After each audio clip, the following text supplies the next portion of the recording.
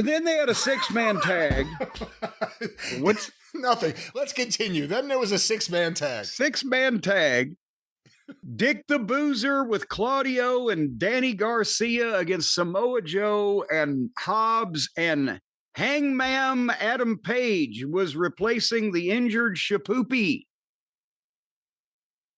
And hopefully he's not really hurt too. I'm telling you, they need to open up a wing in a hospital. Tony needs to have his father fund the wrestler's wing. So here's another 15 minutes of 6 guys, just whatever.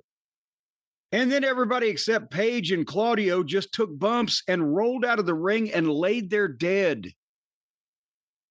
Just rolled out and they were dead for like half a minute or more. While Paige and Claudio went back and forth, and then Paige hit the buckshot 1, 2, 3.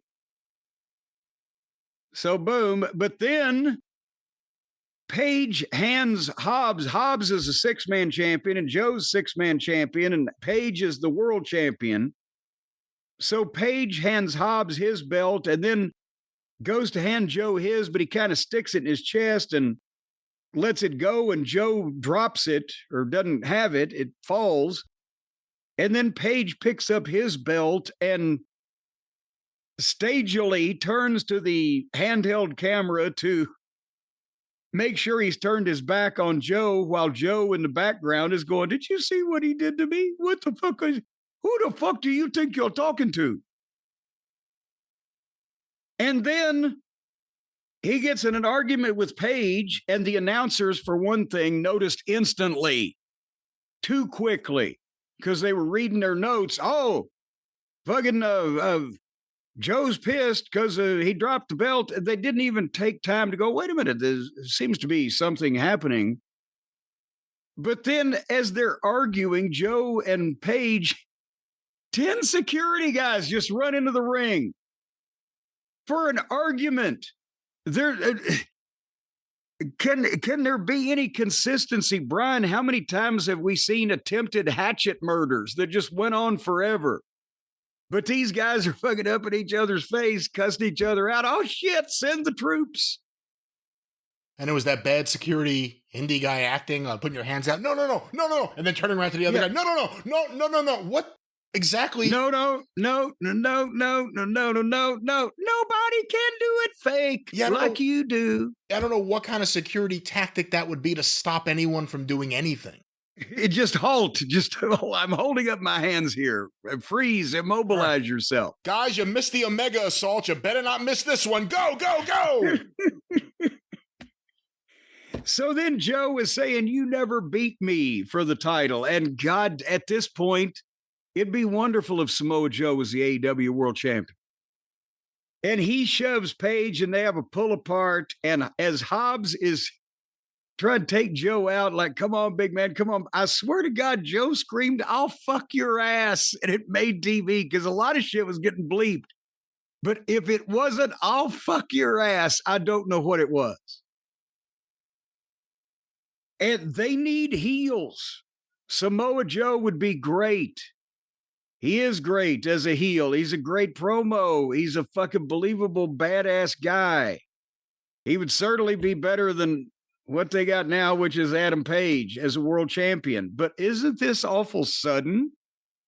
Didn't it just escalate quickly, as the kids say? If you think Adam Page getting mad at Swerve and burning down his house was something, how mad's he going to be when Samoa Joe fucks his ass? Well, by the way, what kind of heel insult or heel comment? I'm going to fuck your ass. That's what I'm saying. But we should not make any judgments. We don't know whether Paige would be upset by that, and there's nothing wrong with that. Hobbs is like, just when you think you know a guy. Jeez. And then they do this suddenly between these two. When Joe has been the voice of reason as a baby, I don't know who's on the side we're supposed to be on. Paige is so unlikable to begin with as a personality.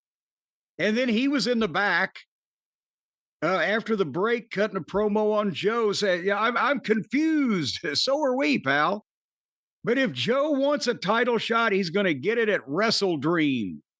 So this was the angle shot for the World Heavyweight Championship match at the pay-per-view is, fuck you, asshole. You dropped my belt and disrespected me. Well, let's just fucking settle this in the ring at the main event.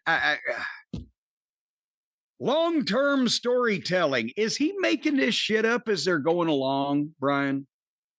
Yeah, I don't know. I'm looking forward to the promo next week where Adam Page tells Samoa Joe, I want you at your best. I always grew up really admiring you. Like all that usual shit that he does in every awful promo he does that he tries as hard as he can to deliver with some sort of fucking feeling, but the actual words are awful. One other thought about all this. You know, Daniel Garcia being in the Death Riders has changed everything. I see him as a serious wrestler now. He really stands out. He means a whole lot more. This has all been really well done. Oh, Christ. Hey, you can't pick up a turd by the clean end. Just remember that. So then, boy, this is an awkward transition to the ladies. Toni Storm had a match against Ty Mellayella. And Toni did another black and white dramatic reading in the theater in the round setting. But this time, I skipped the match because obviously, but the people were whatting her. Is this wearing thin, or was it just a group of assholes in Hollywood, Florida? Maybe a mix of both.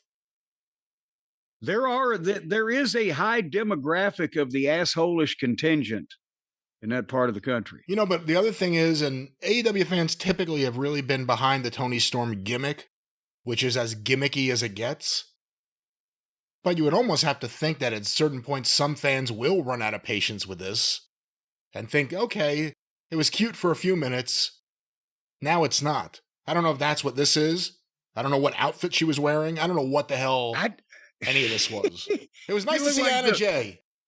Oh, Christ. It's nice to see Anna Jay's what? Anna Jay's back, especially after seeing her front. But she looked like she was the Mad Magazine Spy versus Spy, good spy. But nevertheless, I think it's done more damage that they just involved her and they took the title off her in the miscellaneous four-way, and it's just been muddled from there and whatever the fuck. But that's nevertheless.